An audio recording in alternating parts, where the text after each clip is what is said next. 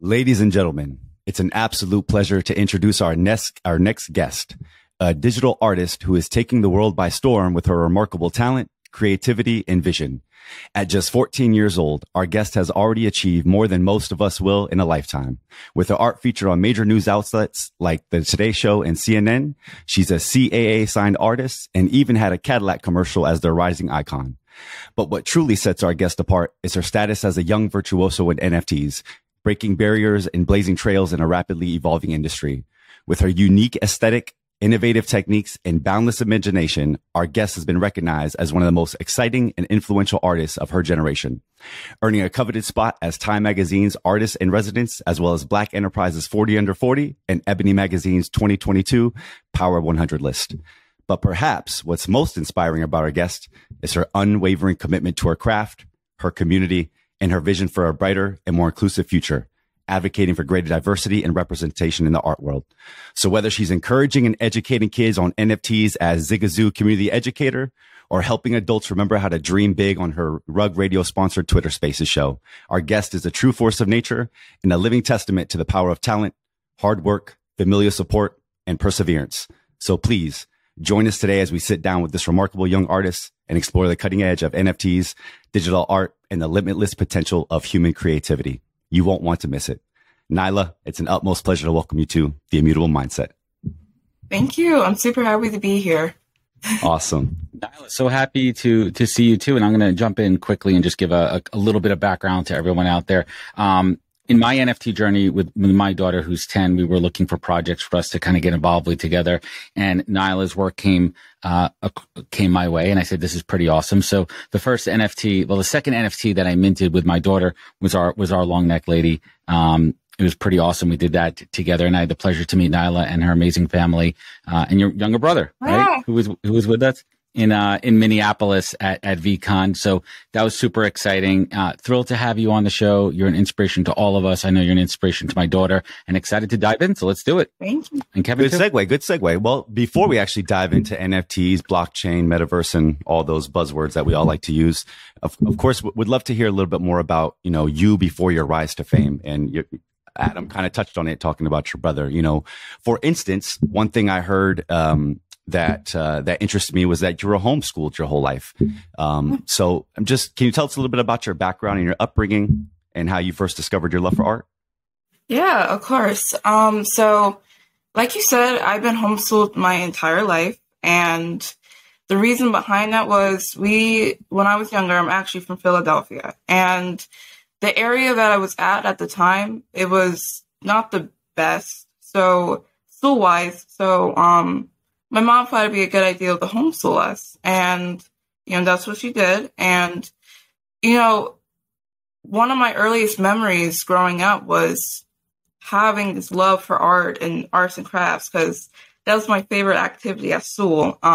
She would do arts and crafts with us all the time. And it would just be like simple things like, drawing like maybe a cat or a dog. But those things were just really fun and exciting to me. And I think that's something me and my brother both share. We love doing artistic things because it kind of allows us to express our emotions and our feelings. And that's a really big thing for me, especially when I was younger, because I had a horrible time talking about my feelings and my emotions. And, art was just a gateway for me to kind of express myself, even if it was just a simple picture, but the feeling that I had for it, it was something so much bigger than that. And, fast forwarding to like the age of 9, that's actually when I started to get really serious about art. And I knew that I really wanted it to be like a career of mine. And, when I was younger, I was actually really into dance, and dance was my first thing that I knew how to express myself. I've been dancing since I was first came out of the womb, basically. So it basically was like a thing that I just loved so much. And my parents were very supportive, so they went ahead and they let me do dance classes, and I really enjoyed it. But sadly, our financial status was not the best at the time, so we couldn't keep going on with the dances. But that's kind of when I kind of turned to artwork, and I turned to like expressing myself more so into art because I was really depressed about like not being able to dance anymore, because that was like the thing that I really loved at the time, and I thought I was going to be a ballerina, but it didn't turn out that way. But still, you still got a long time to go. You still have a long time to go. Yeah. Well, to that point, curious, now that you've gotten into the art, have you gotten back into dancing? Well, I still do as a hobby. It's always something that's going to be a part of me, but I don't think I'm going to want to be a ballerina when I grow up anymore. So that dream has passed. Yeah, that has passed, sadly. But, art was always a big way for me to express my emotions. And just expressing my emotions in general in a artistic form is something that's really big to me. So I think anything that I can express my emotions through, that's what I'm going to turn to. But so. Mm-hmm. No, please go ahead. No, okay. I was just going to keep going on my story because. Yeah, please. Yeah. So fast forwarding to 9, that's actually when I started to get really serious about art. And I always had like artists in my life, like Frida Kahlo and, art, like this amazing artist that my grandfather actually showed me.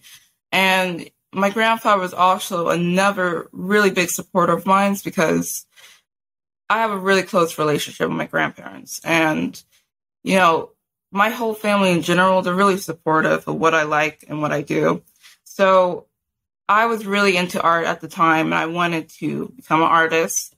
And I knew from my favorite artist, Frida Kahlo, that I had to, figure out what art style I want to be able to do, number one. And number two, I had to figure out, like, I needed to tell a story because I knew that, if I had to be an artist, I would have to tell a story and I would have to find my own art style.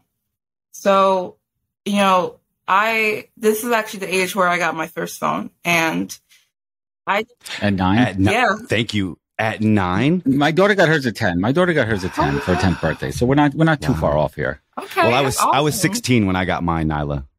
Well, you're dating yourself. So you get your phone at 9, and what happened? So when I got my phone at 9, it was actually a funny story how I got the phone.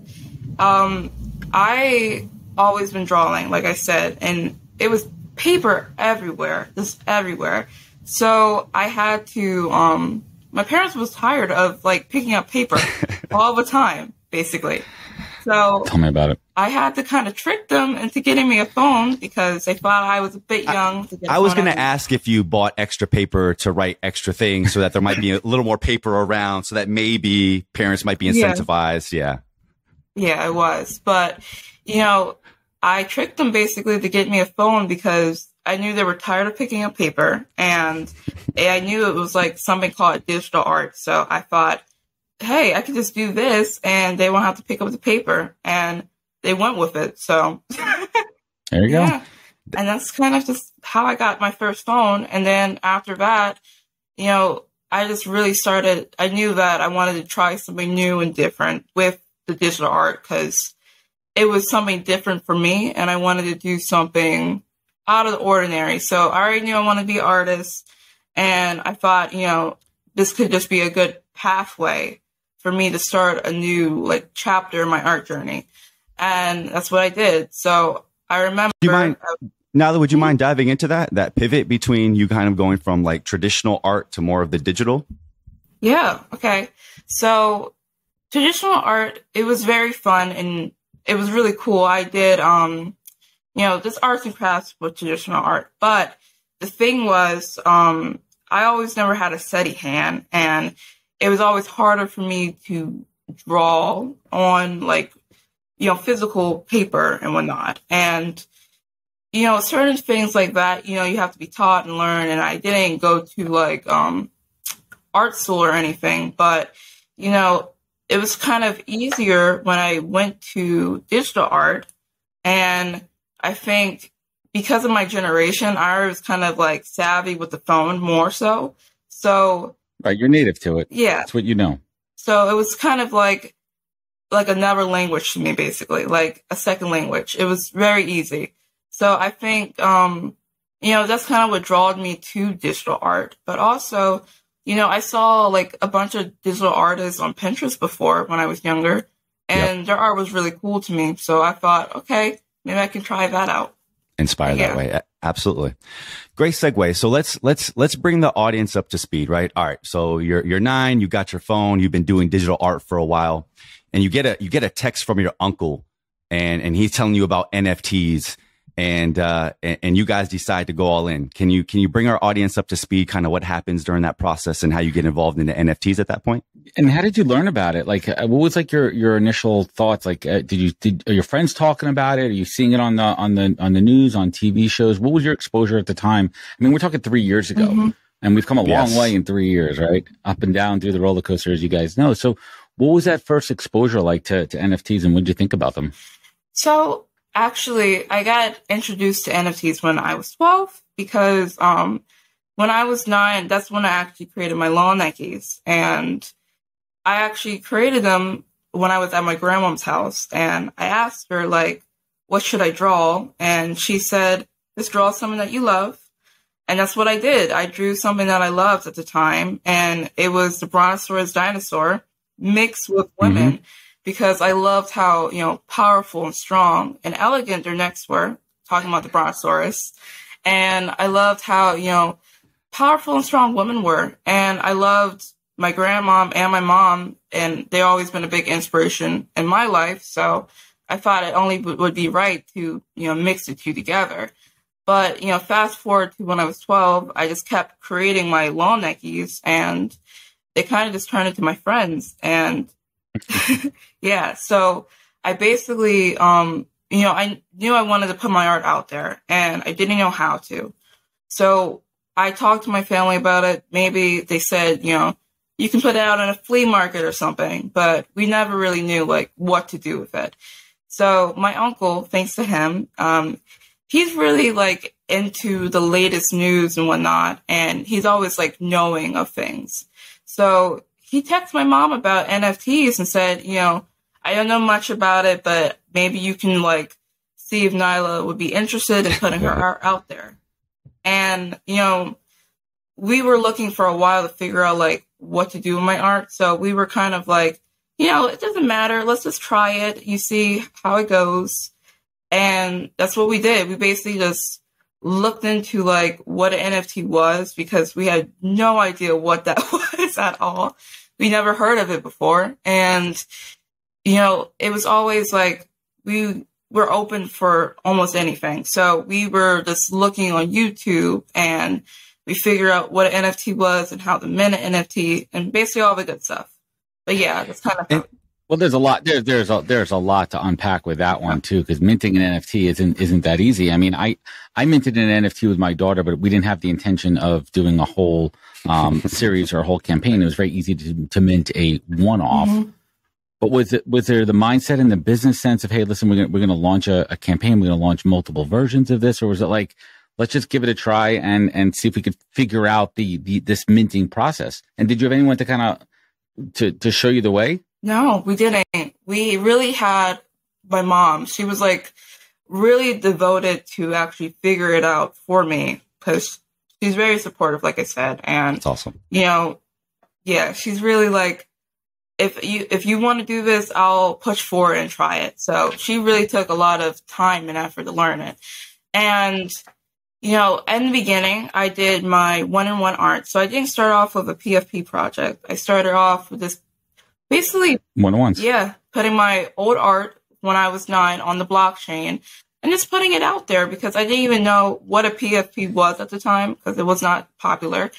And I also didn't know if it was going to go well. So it was just like a test run basically.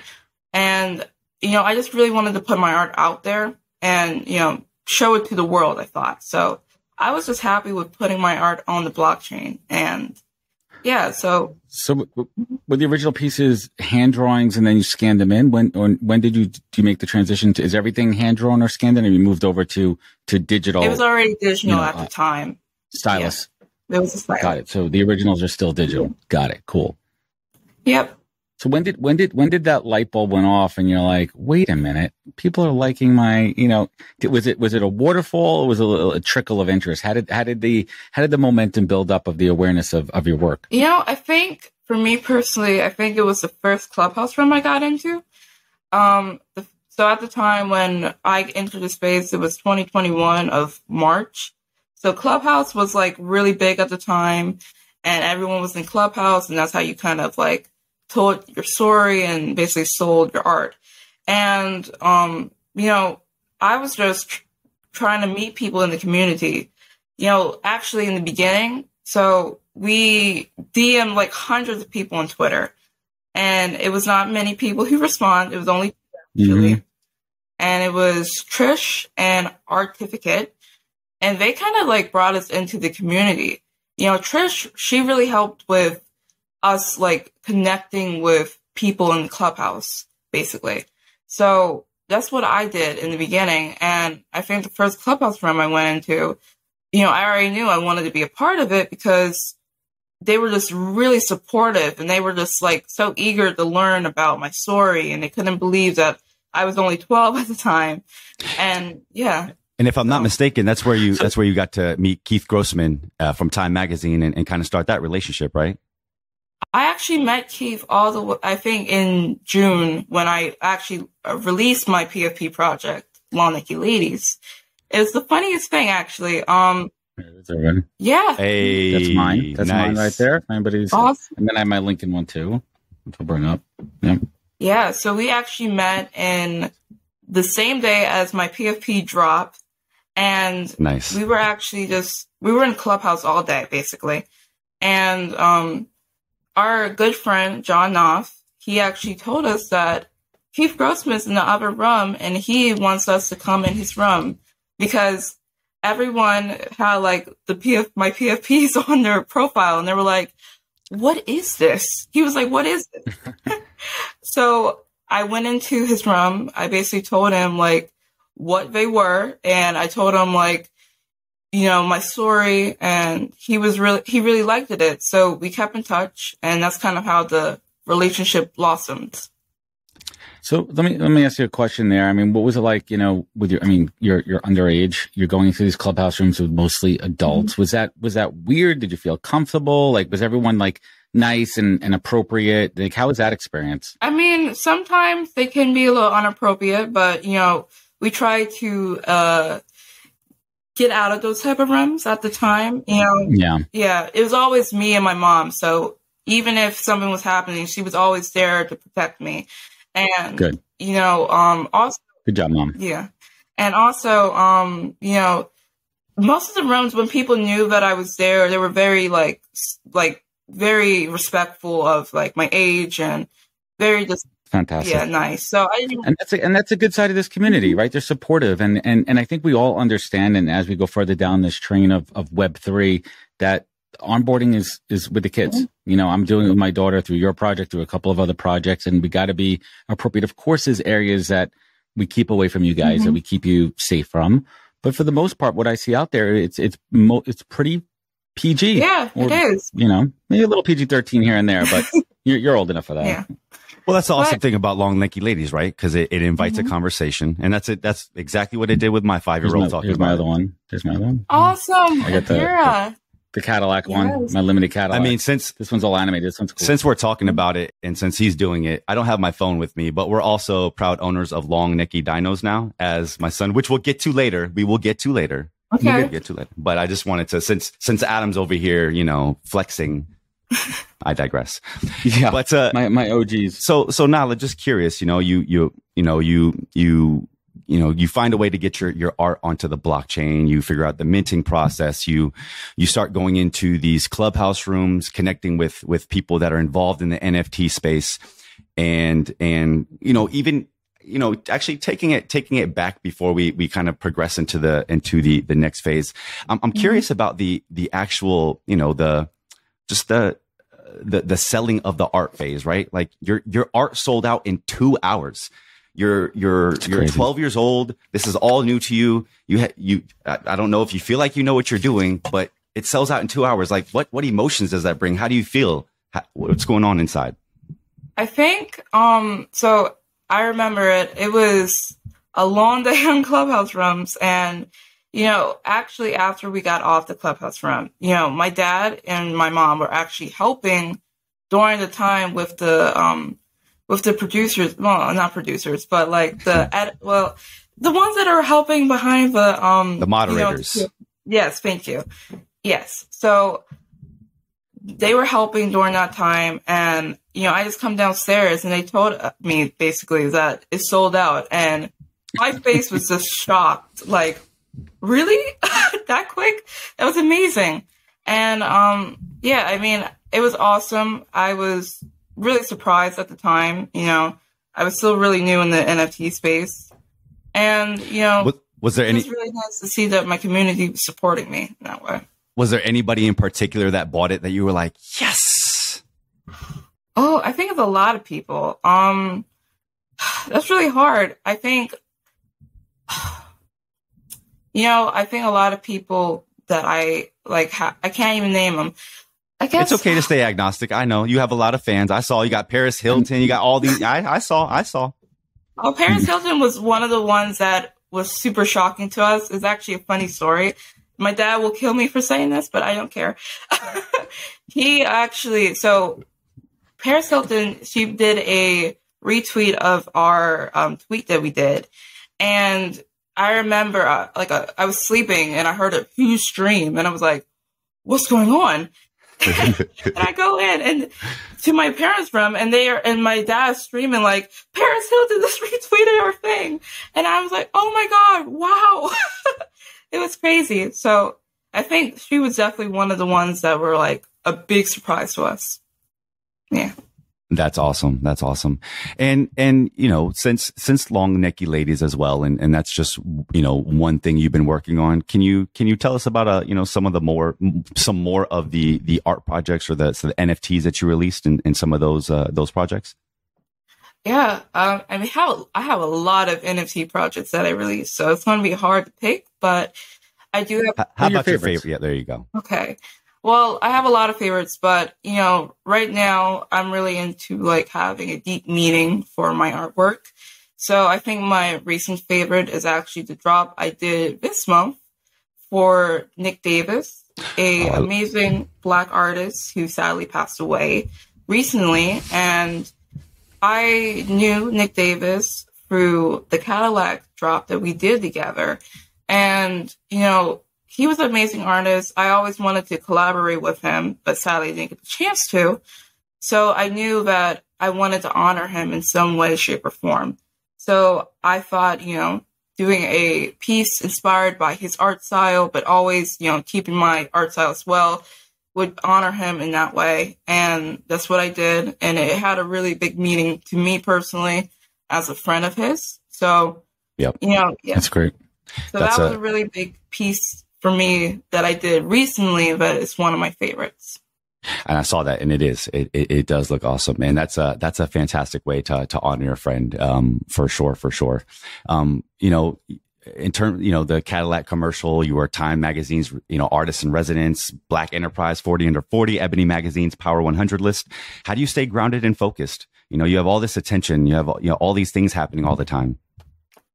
I think it's the people you surround yourself with. I think my parents are just very, wholesome people, not very like haughty in any way. So I think, being around people like that will keep your mind grounded. And that's the way we've been raised our life. We just keep going, basically. That's our mindset. It's amazing that I got able to, do all this amazing things, but, you have to keep going. You have to, keep trying and beat your next goal, basically. It's like a video game, kind of. That's right. Yeah. That's right. So I think it's around the people I'm surrounded with really like build my character as a person to, keep myself humble. I love it. And that's thanks to your parents. I mean, that's what it's all about. Yeah, and good segue. Can we just, you've kind of touched on it within reason, but I haven't asked the question directly. Can you just talk about that familial support again? Especially with you being 14, you're going to need a lot of support, a lot of people to help you learn about new things that are happening. Can you just talk about that process, having kind of your team of family behind you and helping you learn and grow and get to this next steps? Yeah. As an artist, you really need someone that you trust to actually look at your art or just have feedback for it, basically. And my mother is one person that I only really trust with my artwork in the way of like, I can understand her feedback and she gives me mine, and she'll be straight up with me, basically. So, people like that gives you a feeling that you can trust and you can depend on them. That's really big for me personally. And I'm just really blessed to have a whole family really, to treat me like that. And, my family as a dynamic is actually really cool. My mom, she's like the businesswoman / artist, like friend of mine's. We're like really close and we're like best friends.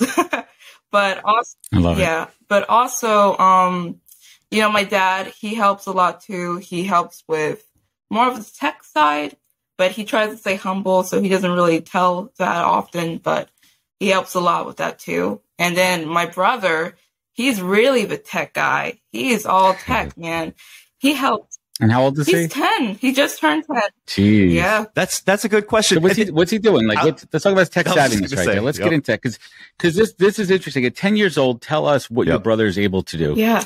So number one, he knows how to help us with the socials because we're horrible at it. Even me, and I'm part of Gen Z, and I'm horrible at socials. So, he helps us with that. He helps us with the video ideas. He helps us with, trying to do the drops as well, telling me like, oh, I think this would look cool, blah, blah, blah. But also, he's just really good with technology, and he helps us when we're trying to figure out things, especially with the Web3 space, because we're not that good with it. So he helps a lot with that type of things. Nyla, I have two older sisters, and if one of my older sisters was a famous NFT artist that did all the things that you did, I might feel a certain way. How has your brother taken the fame, and how has your brother just taken, being a sibling of yours? I think he takes it fine because we don't really think of ourselves that way, Yeah. We are just very wholesome family, like I said. And Michael's very smart in his own way, and he has his own things that he does on his own. And he actually does stop motion. I believe that's what it's called. I don't know. I don't want to mess it up, but it is stop motion, and he has his own thing that he does. And I think, we always support each other as a family. It's no favoritism or anything. So I think he feels fine. That's awesome. Yeah. So now that you've, explored NFTs and blockchain and just emerging technologies, are there any other technologies, AI, VR, AR that you guys have explored using with your art, or just in general, anything that you're excited about?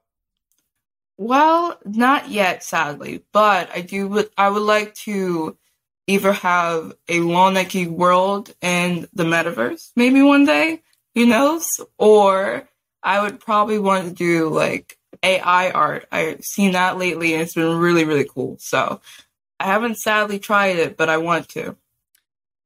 Yeah, check out some of the work that Young and Sick is doing. It's another project. I'll send it to you afterwards. They're doing some pretty cool stuff. My buddy Mo is helping them out with their AI and creating this meta world and bringing their NFTs into that through the barflies and some other extensions. So, and it's also a very, very arty, as I like to call it. I don't know. It's like cool art. Like your stuff too. It's not like these cartoony, it's like real art.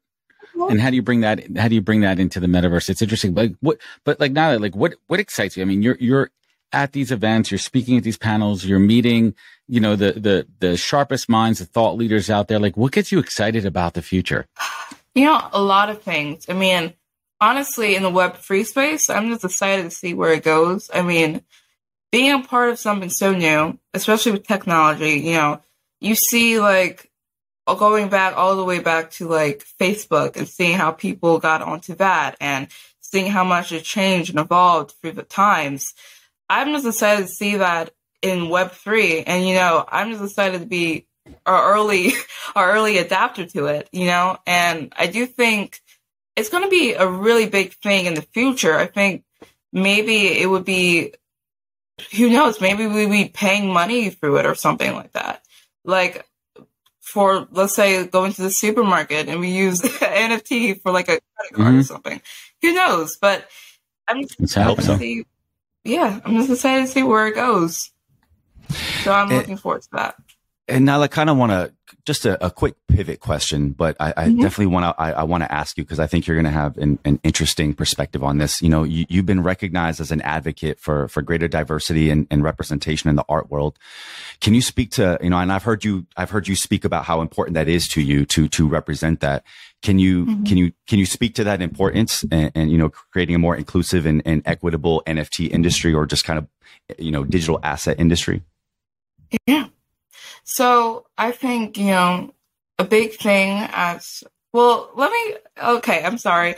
Can you go into a little more deeper in the question? I need to understand it a little better. Yeah, no, absolutely. So, you know, I've heard you talk about the fact that, you know, we need more representation from different, you know, different nooks and crannies of our world. And we want to make sure that we have a diverse look, a diverse perspective, diverse thought, bringing into the art world and being able to display those perspectives so that everybody gets an idea of like what's really out there. Curious of your thoughts on that, because I mean, you're a young Black artist that's bringing something new to the world. Just curious about, how impactful that is to you and seeing other young kids that are able to see that. Yeah. Okay. I understand now. So I'm sorry. You know, just being like able to, have someone to actually like look up to. Personally, for me, when I was younger, it's a really big thing. You know, role models are important in a kid's life or almost anyone's life, but especially for a young person. You know, as an artist, I had someone to look up to, and that was Frida Kahlo. But then as someone I strived to be as a person, I had my mom and my grandmom. And I think a lot of times nowadays, people don't have someone to look up to as much as they used to.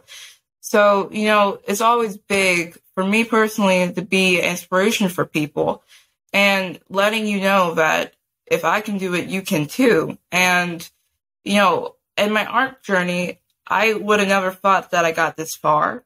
I just really was a kid with a dream of being an artist, and I just wanted to put my art out there. And look where it got me. So, you know, it really just having a role model is really, you know, big for me. And I mean, I don't think I'm that good to be a role model for someone, but I would like to be an inspiration for someone. So, yeah. I love it. No, it's quite powerful because, you know, at the end of the day, whether you realize it or not, your actions speak, you know, they speak louder than words. And that's what kids are going to see. And that's what they're going to gravitate to.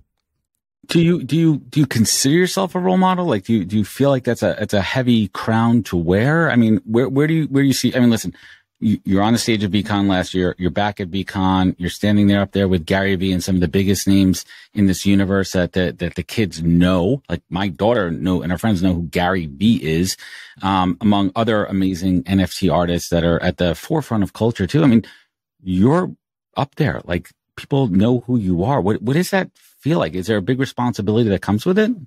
You know, it's a lot of nerves, to be honest with you. I get nervous easily, but, you know, I think nervousness is actually a big part of it because I feel like it is a big, big opportunity that I have kind of, and I don't want to ever mess it up. But, you know, I hope to be a role model for kids one day. I mean, I'm still in the early beginnings and I'm still, you know, trying, but I just want to be an inspiration for people, you know, and I want them to see my art and I want them to be like, I like her art and you know, smile about it and, you know, things like that. But also I think, you know, just showing a diversity of my art, you know, like how I do women from all around the world. I want everyone to be included and I love all cultures and backgrounds. So, you know, just having a big part of that and, you know, I just want to be an inspiration to everyone basically. So, I hope to be a role model for someone, but I don't know if I'm at that status yet. Well, one follow-up question to that, and I really adore your humbleness and such a young age and self-awareness, and you get it. Who do you look up to? Who are your role models aside from your parents, who've done a tremendous job?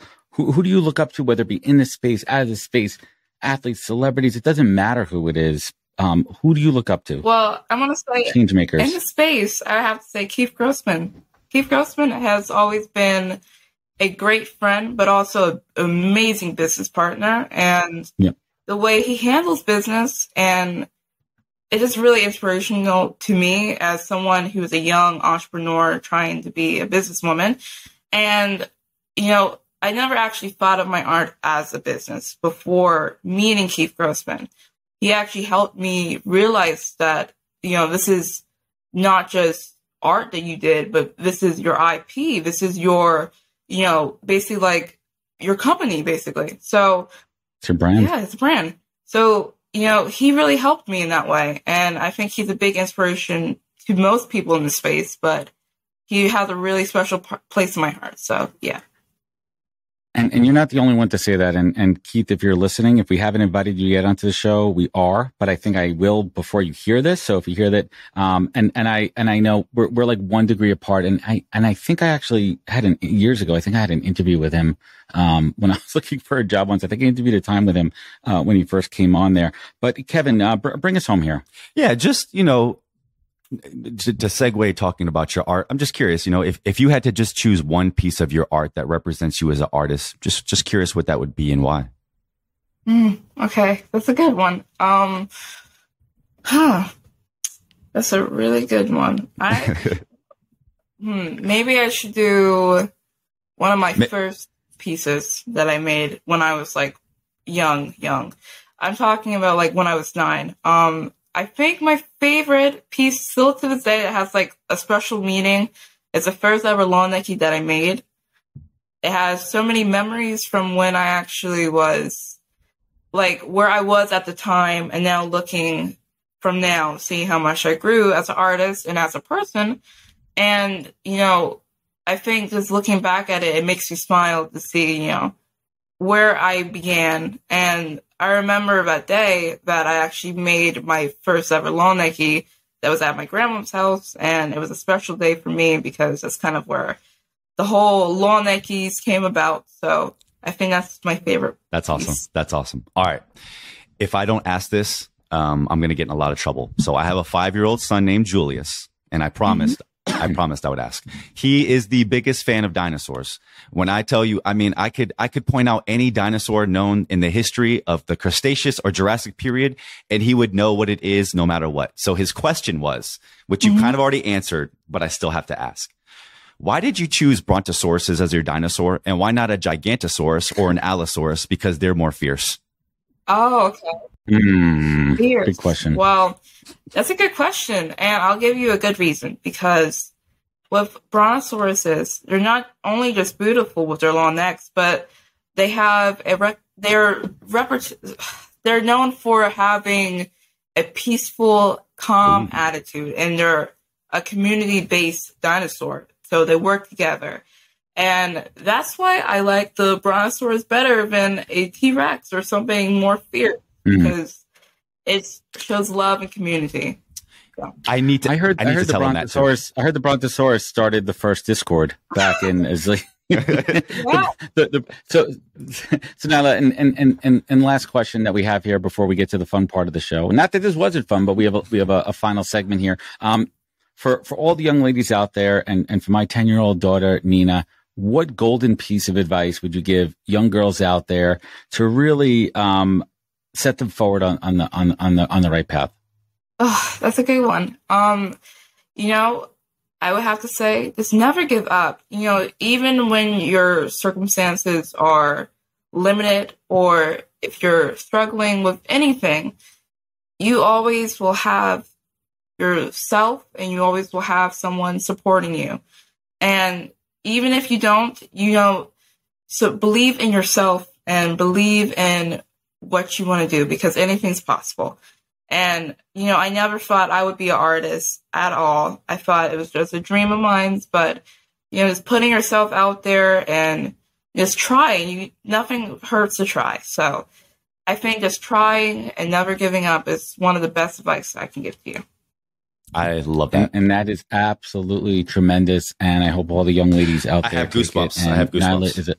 Nyla is a tremendous example. So I'm going to toss it over to Kevin here. And we like to finish the show with a fun little segment. So Kevin, take it away. All right. So as he said, we are almost at the end of our show. And before we wrap up, we do like to do like a quick lightning round of questions for the audience to get a better understanding, Nyla, of where your heart lies. So I'm going to ask you a couple questions. And for each one, I need you to answer one or the other. Okay? Okay. All right. Here we go. Which inspires you more visually, art or dance? Art. I have to say art now. I think art has... Okay. No, please go ahead.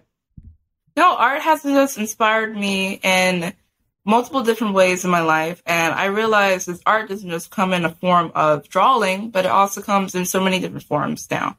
So I think art is the one way that I express myself now more so. So I think art is the winner for me. Nice.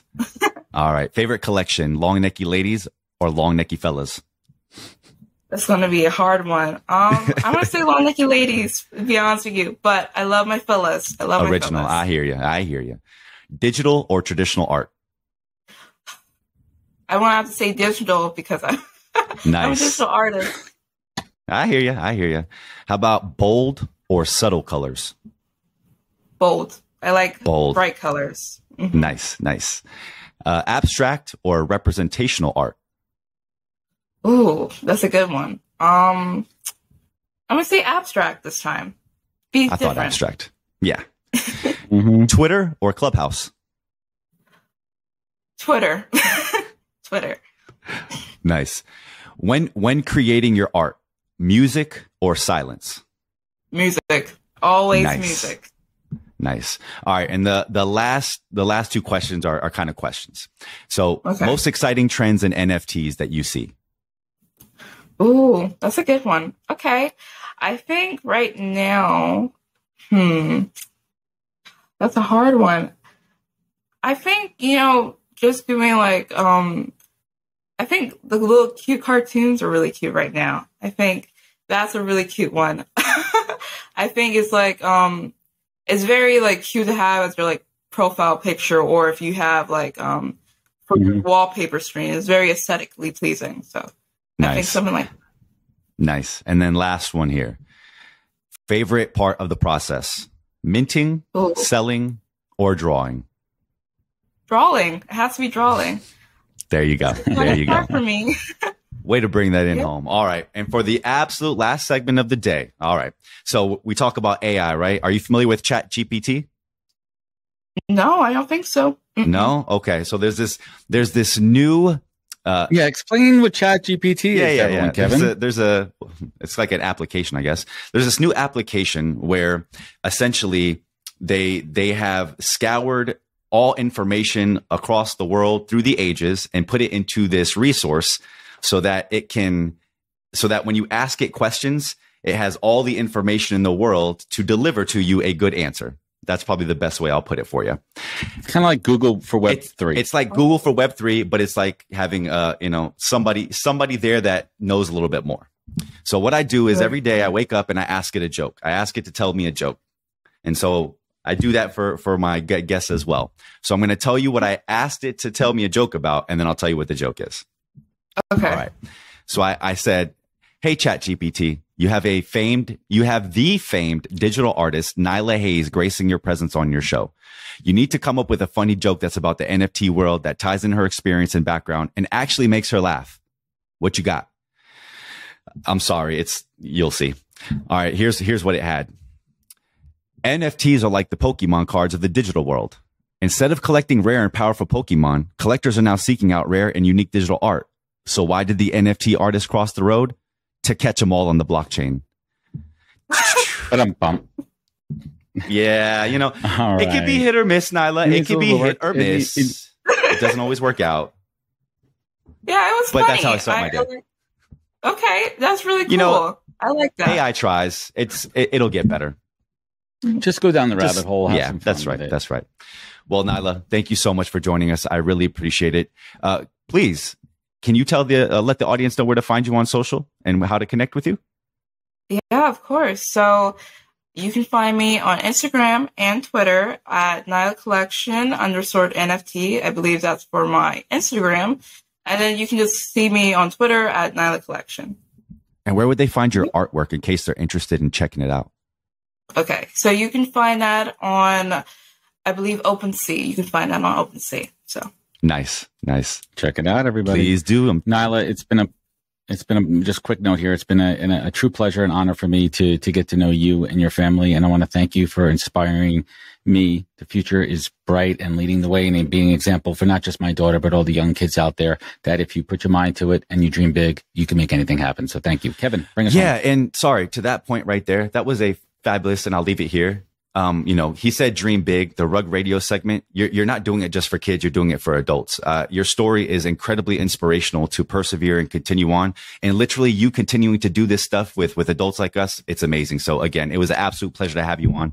And to everyone listening at home, I greatly appreciate you for joining us today on the Immutable Mindset. Please follow us on all our social media channels at Immutable Show. Subscribe, comment, and network. Thank you for joining us, and catch us next week. Adam, take us home. Thank you, everybody. Have a good one.